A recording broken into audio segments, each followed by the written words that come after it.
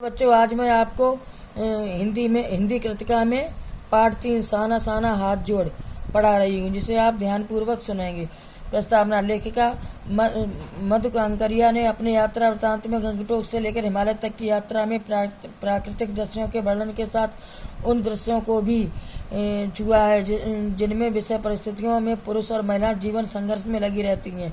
गंगटोक शहर। लेखिका को गंगटोक शहर देखकर ऐसा लगा कि आसमान की सुंदरता नीचे बिखर गई और सारे तारे नीचे बिखर कर टिमटिमा रहे। बादशाहों का एक ऐसा शहर जिसका सुबह शाम रात सब कुछ सुंदरता। सुबह होने पर एक प्रार्थना होठों को छूने लगी। साना साना हाथ जोड़। गर्दव प्रार्थना। हामरो जीवन तिमरो कौशेली। छोटे छोटे हाथ जोड़ कर प्रार्थना कर रही हूँ कि मेरा सारा जीवन अच्छाइयों को समर्पित हो। कहने का मतलब ये साना साना हाथ जोड़ का अर्थ है छोटे छोटे हाथ जोड़ कर प्रार्थना करना और जीवन की अच्छाइयों को समर्पित कर देना। युमथांग गंगटोक से 149 किलोमीटर दूर था, जिसके बारे में ड्राइवर जितेंद्र नार्गे बता रहा था कि सारे रास्ते में हिमालय की गहनतम घाटियां और फूलों से लदी वादियां मिलेंगी। और लेखिका उससे पूछने लगी थी, क्या वहां सिर्फ मिलेंगी? युमथांग तक का रास्ता। युमथांग के रास्ते में शांति और अहिंसा के प्रतीक रूप में एक कतार में लगी सफेद रंग की 108 मंत्र लिखी पताकाएं दिखाई दी। इनके बारे में नार्गे ने बताया, यहाँ बुद्ध की बड़ी मान्यता है। जब भी किसी बुद्धिस्ट की मृत्यु होती है तो उसकी आत्मा को शांति के लिए शहर से दूर किसी पवित्र स्थान पर 108 पताकाएं फहरा दी जाती हैं। उन्हें उतारा नहीं जाता, अपने आप धीरे धीरे नष्ट हो जाती हैं। कई बार नए कार्य की शुरुआत में भी ऐसी पताकाएं लगा दी जाती हैं, पर वे रंगीन होती हैं। नार्गे बोले जा रहा था। लेखिका नार्गे की जीभ में लगी दलाई लामा की तस्वीर की ओर देखे जा रही थी। उसने दलाई लामा की तस्वीरें दुकानों पर भी टंगी देखी थी। मातृत्व आश्रम साधना का दृश्य। एकाएक लेखिका के मन में सौंदर्य की छटा छिटक गई। ऐसे छिटक गई कि मानो नृत्यांगना के नूपुर अचानक टूट गए। उसने देखा कि पहाड़ी औरतें पत्थरों पर बैठी पत्थर तोड़ रही, गूंथे आटे सी कोमल काया, परंतु हाथों में कुदाल और हथौड़े, कईयों की पीठ पर बंधी डोको बड़ी टोकरी में उनके बच्चे भी बंधे हुए थे। कुछ कुदाल को भरपूर ताकत के साथ जमीन पर मार रही थी। स्कूल से लौटते पहाड़ी बच्चे। लेखिका लगातार ऊंचाइयों को ओर बढ़ रही थी। रास्ते में स्कूल से लौटते पहाड़ी बच्चे मिले, जिनके बारे में नार्गे बता रहा था। यहाँ का जीवन कठोर। यहाँ एक ही स्कूल है, दूर दूर से बच्चे उसी स्कूल में जाते। इस स्कूल में पढ़ने वाले अधिकांश बच्चे अपनी माओं के साथ काम करते। आगे बढ़ते जा रहे, खतरा भी बढ़ता ही जा रहा था।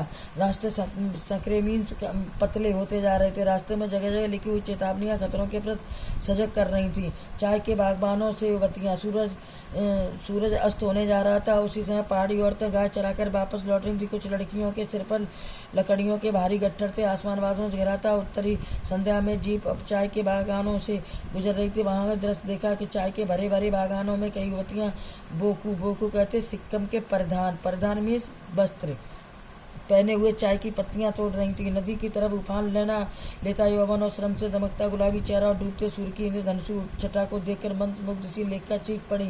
युवतियों का अधिक सौंदर्य लेखिका के लिए असह्य था। लायुंग के में पड़ाव। गगनचुंबी पहाड़ों के नीचे सांस लेती एक छोटी सी बस्ती लायुंग तिस्ता नदी के तीर पर लकड़ी के बने घर में ठहरे। अपने सुस्ती दूर करने के उद्देश्य से हाथ मुंह धोकर तिस्ता नदी के किनारे पत्थरों पर बैठ गई। वातावरण में अद्भुत शांत आंखें भर आई। लेखिका ने अनुभव किया कि ज्ञान का नन्हा सा बोध सत्व जैसे भीतर उगने लगा। वहीं सुख शांत है, सुकून है, जहाँ खंडित संपूर्णता, पेड़ पौधे पशु पक्षी और आदमी सब अपनी अपनी लय ताल और गति में है। आज की पीढ़ी ने प्रकृति की इस लय ताल और गति से खिलवाड़ कर अक्षम्य अपराध किया है। थोड़ी दूर ही चीन की सीमा। आगे बड़े फौज की छावनियां दिखाई दी। थोड़ी दूर पर चीन की सीमा है, जहां सैनिक -15 डिग्री सेल्सियस पर पहरा देते हैं। एक सैनिक लेखिका के पूछने पर बता रहा था कि आप चैन की नींद सो सकें, इसीलिए हम यहाँ पहरा देते हैं। लेखिका सोचने लगी, जिन बर्फीले इलाकों में बैसाख के महीने में 5 मिनट में हम ठिठुरने लगे, तो ये हमारे जीवन पौष माघ के महीने में जब सब कुछ जम जाता तब कैसे ड्यूटी करते होंगे। लायुंग से युमथांग की ओर बढ़े। यहाँ एक आकर्षण था, ढेरों रूडोडेंड्रो और प्रियता के फूल। इन घाटियों में बंदर भी दिखा दिए। युमथांग पहुंचे। मंजिल तक पहुंचने खुशी थी। वहाँ चिप्स बेचती सिक्किमी युवती से पूछा था, क्या तुम सिक्किमी हो? तो उसने कहा, नहीं, मैं इंडियन हूँ। यह सुन लेखिका को बहुत अच्छा लगा। वहाँ पहाड़ी कुत्ते भी थे, जिन्हें देखकर मरने कुत्तों के बारे में बताया कि ये पहाड़ी कुत्ते ही भौंकते नहीं, ये सिर्फ चांदनी रात में ही भौंकते हैं। यह सुनकर लेखिका को आश्चर्य हुआ। क्या समुद्र की तरह कुत्तों की भी चांदनी कामना का ज्वार भाटा जगाती है? तरह तरह की जानकारियाँ देता रहा। यहाँ गुरु नानक की थाली से चावल छिटक गए थे। यहाँ देवी देवताओं का निवास है। यहाँ जो गंदगी फैलाएगा वह मर जाएगा। हम लोग यहाँ गंदगी नहीं फैलाते। हम पहाड़, नदी, झरने आदि की पूजा करते हैं। हम गंगटोक नहीं गंतोक कहते हैं। जितने गंतोक के बारे में बताने लगा कि सिक्किम के भारत में मिलने के बाद कप्तान शेखर दत्ता के सोच के अनुसार घाटियों के में रास्ते निकालकर टूरिस्ट स्पॉट बनाया। अभी भी रास्ते बन रहे हैं और नए स्थानों की खोज जारी है। लेखा मन ही मन सोचती है कि मनुष्य की असमाप्त खोज का नाम सौंदर्य। बच्चों, पाठ पूरा हुआ। स्वयं भी पूरा पाठ पढ़ें बार बार और याद करें।